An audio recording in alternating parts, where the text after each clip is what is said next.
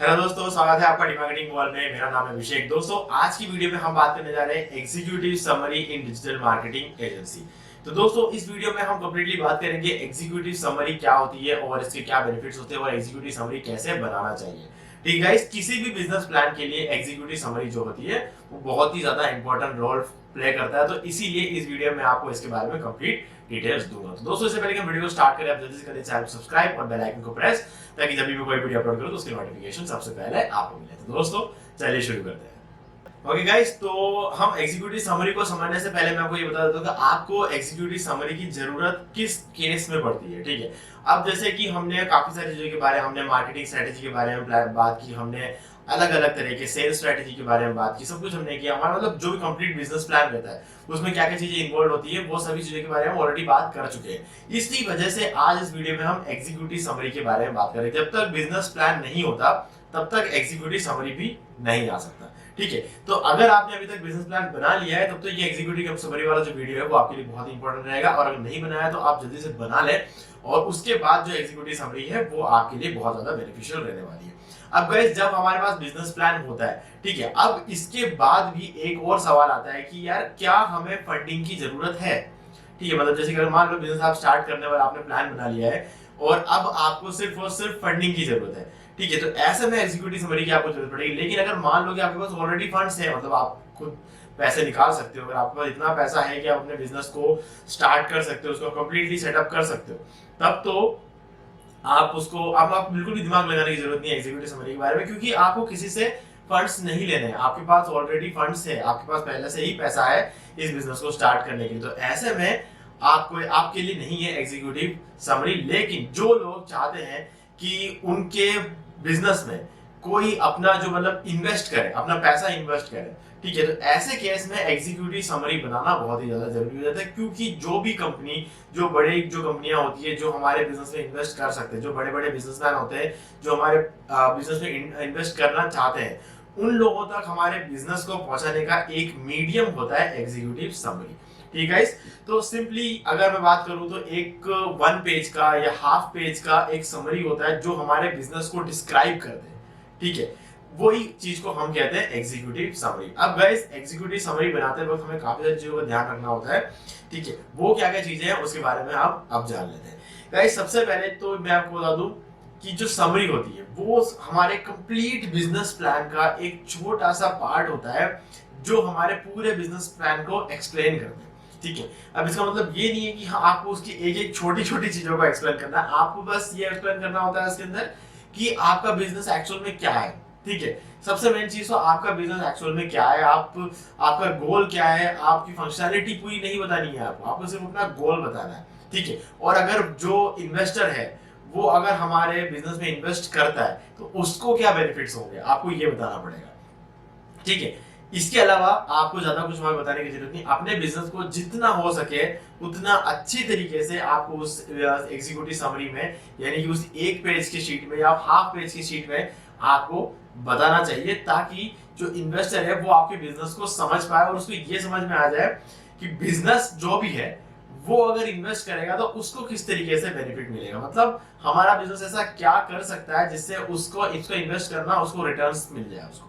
ठीक है, ये चीज उसको समझानी है। इसके अलावा हमें उसके अंदर कुछ भी नहीं देना होता। हमारे बिजनेस किस तरीके से हम चलाने वाले ये नहीं बताना होता है हमें एग्जीक्यूटिव समरी में। हमें सिर्फ ये बताना है कि हमारा बिजनेस क्या करता है। ठीक है, बस ये, और यही हमारा एक टारगेट रहता है। ये चीज उसको किसी भी तरीके से समझाना है और उससे वो ये बात समझ जाएगा कि वो अगर इन्वेस्ट करेंगे तो उनको क्या बेनिफिट मिलेगा।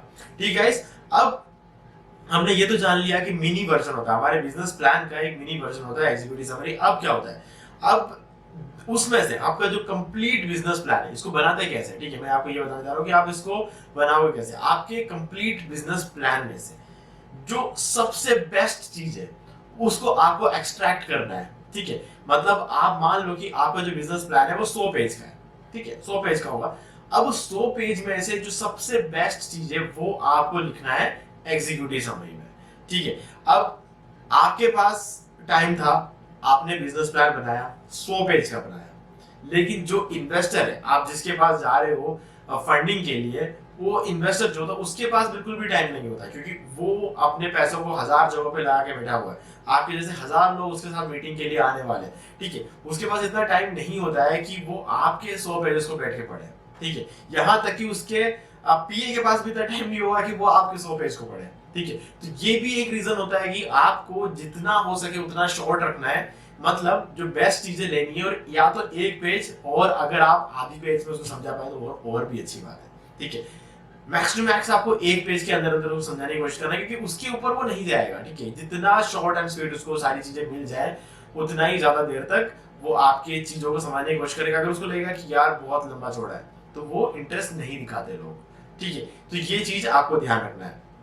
और जो कुछ भी लिखो टू द पॉइंट लिखो, ऐसा नहीं है कि हम कोई पेज भरने का काम तो कर नहीं रहे यहाँ पर। तो हमें जो मेन चीजें जो सबसे शॉर्ट और सबसे इजी तरीके से समझ में आ जाए वो चीजें लिखना है। अब जैसे कि मान लो कि अब मैं जिस कैमरा से मैं शूट कर रहा हूँ, ये 4K रिकॉर्ड करता है कि नहीं करता है, ठीक है। तो मैं इस चीज को कैसे बता सकता हूँ? मैं इस कैमरे की पूरी हिस्ट्री ज्योग्राफी थोड़ी लेके बैठूंगा, मैं सीधी सीधी बोलूंगा 4K 30 FPS, ठीक है। सिर्फ और सिर्फ इतना बताना है, इससे सारी चीजें क्लियर हो जाती है। 4K 30 FPS का मतलब क्या होता है? 4K रिकॉर्ड करता है और 30 फ्रेम्स पर सेकंड पर रिकॉर्ड करता है, बात खत्म, सिंपल।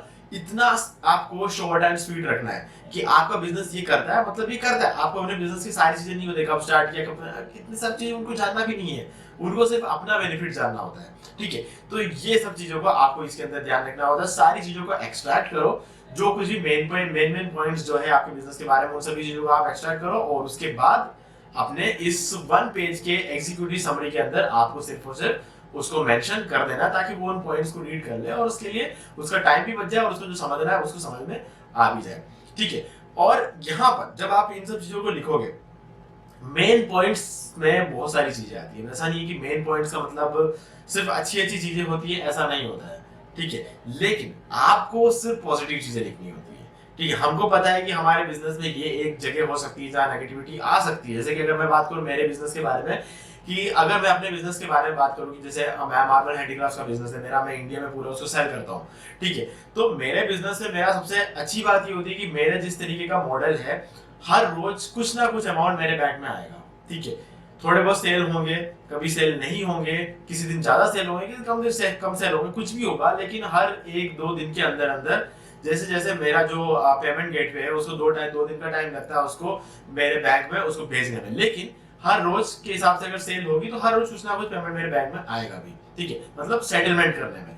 तो ये मेरा एक बिजनेस मॉडल है जिसके अंदर मैं हैंडीक्राफ्ट्स को मैन्युफैक्चरर से लेकर कस्टमर तक पहुंचाता हूँ, ठीक है। मैं एक तरह से रीसेलर हूँ, लेकिन मेरा बिजनेस जो है ऑनलाइन चलता है, ठीक है। तो वो मेरा बिजनेस मॉडल। अब यहाँ पर एक ये तो खैर अच्छी बात, पॉजिटिव चीज ये है कि जब ऑर्डर आता है मुझे सिर्फ तभी मुझे माल लेके यहाँ बैठने की जरूरत नहीं है। मेरा जो भी माल है वो मैन्युफैक्चरर के पास ही रहेगा, ठीक है। जैसे ही ऑर्डर होता है मैं सिर्फ उस चीज को वहां पर पहुंचा देता हूँ जो एड्रेस आता है, ठीक है। सिर्फ और सिर्फ मेरा काम ये है, और इसके मुझे पैसे मिल जाते हैं, मुझे करना कुछ भी नहीं पड़ता, मुझे 1 रुपए का खर्चा नहीं है, मुझे कोई भी माल खरीद के अपने पास स्टॉक में रखने की जरूरत नहीं है। ये मेरा बिजनेस मॉडल है। लेकिन गाइस सीधी सी बात ये है कि यहाँ पर एक नेगेटिव चीज जो आती है वो है कि अगर मार्बल हैंडीक्राफ्ट से मतलब उसका वजन काफी ज्यादा होने वाला, अगर बहुत वजन वाली चीजों को अगर मैं कहीं ट्रांसपोर्ट करवाऊंगा तो उसके टूटने के चांसेस रहते हैं।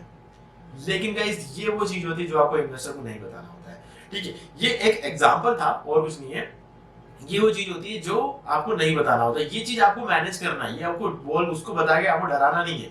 ये आपकी रेस्पॉन्सिबिलिटी है कि आप उस बिजनेस को किस तरीके से रन करते हो। ये सारी चीजें अगर आप इन्वेस्टर को बताओगे तो इन्वेस्टर आपके अंदर इन्वेस्ट नहीं करेगा।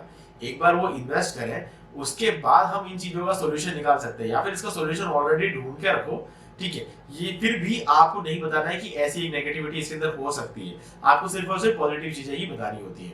तो पॉजिटिव चीजों को और इंपॉर्टेंट चीजों को लेते हुए आपको जितना शॉर्ट एंड स्वीट रख सकते हो आप एग्जीक्यूटिव समरी, ये आपको रखना होता है, और वही चीज आपको अपने इन्वेस्टर को बताना होता है। इन्वेस्टर नहीं होता है एक्चुअल में, जो हमारे हमको लगता है कि हाँ ये इन्वेस्टर हो सकता है, उस बंदे को बताना, तो फिर जाके उसको अगर वो चीज पसंद आती है तब जाके वो हम पे हमारे बिजनेस में इन्वेस्ट करता है, ठीक है।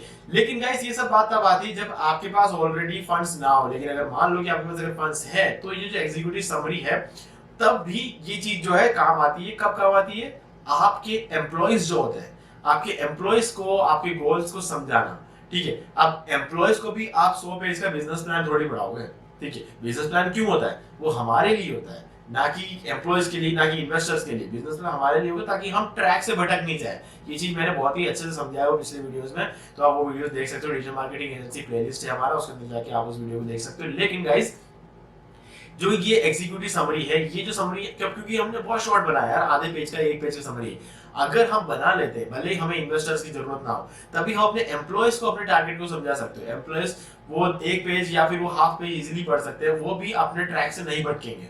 ठीक है, तो इस तरीके से भी एग्जीक्यूटिव समरी का यूज हो सकता है। ठीक है, तो मुझे उम्मीद है कि आपको सारी चीजें बहुत ही अच्छी तरीके से समझ में आ गई। फिर भी अगर आपको कोई भी डाउट है तो आप मुझसे कमेंट में पूछ सकते हो। और गाइज, मुझे पता है कि आप लोग शायद हो सकता है वेट कर रहे हो हमारे जो प्राइसिंग के जो वीडियोस है। मतलब मैंने एक वीडियो बनाया था जिसके अंदर मैंने अलग अलग मॉडल्स बताए थे प्राइसिंग के, उसको थोड़ा डिटेल में मैंने बनाया नहीं है अभी तक वीडियो को। तो बहुत ही जल्द मैं प्राइसिंग के आगे के मॉडल्स को लेके आऊंगा। 3 मॉडल्स रहेंगे प्राइसिंग के, तो वो तीनों को मैं बहुत ही अच्छी तरीके से आपको एक्सप्लेन कर दूंगा सेपरेट वीडियोस में। सो गाइज, मुझे आपके कमेंट्स आ रहे हैं इस टॉपिक पर, तो सॉरी फॉर दैट कि मैंने अभी तक उस वीडियो को बनाया नहीं। उन 3 वीडियोस को मैं जितना जल्दी हो सके बना के अपलोड कर दूंगा, ताकि आप लोगों को उसका कंप्लीट नॉलेज मिल जाए। ठीक है, तो उम्मीद है कि आपको वीडियो पसंद आया होगा। तो गाइज, लाइक जरूर कर देना है, क्योंकि इससे मुझे आगे और वीडियोस बनाने की मोटिवेशन मिलती है। और अगर आपने चैनल को सब्सक्राइब नहीं किया तो चैनल को सब्सक्राइब जरूर कर दें, ताकि आगे आने वाले जो वीडियोस है डिजिटल मार्केटिंग एजेंसी के टॉपिक पर, वो सभी के नोटिफिकेशन आपको मिलते रहे। तो दोस्तों, आज वीडियो में सिर्फ इतना ही। देखने के लिए आपका बहुत बहुत धन्यवाद। तो दोस्तों, उम्मीद है वीडियो को पसंद आया होगा, और अगर पसंद आया वीडियो को लाइक भी कर दीजिए, शेयर भी कर दीजिए। और आपने इस चैनल को सब्सक्राइब नहीं किया तो प्लीज चैनल को सब्सक्राइब कर लीजिए, बेल आइकन प्रेस करना बिल्कुल मत भूलिए, क्योंकि इससे मेरे आने वाले हर वीडियो की नोटिफिकेशन सबसे पहले आपको मिलेगी। तो दोस्तों, आज की वीडियो में सिर्फ इतना ही। देखने के लिए आपका बहुत बहुत धन्यवाद।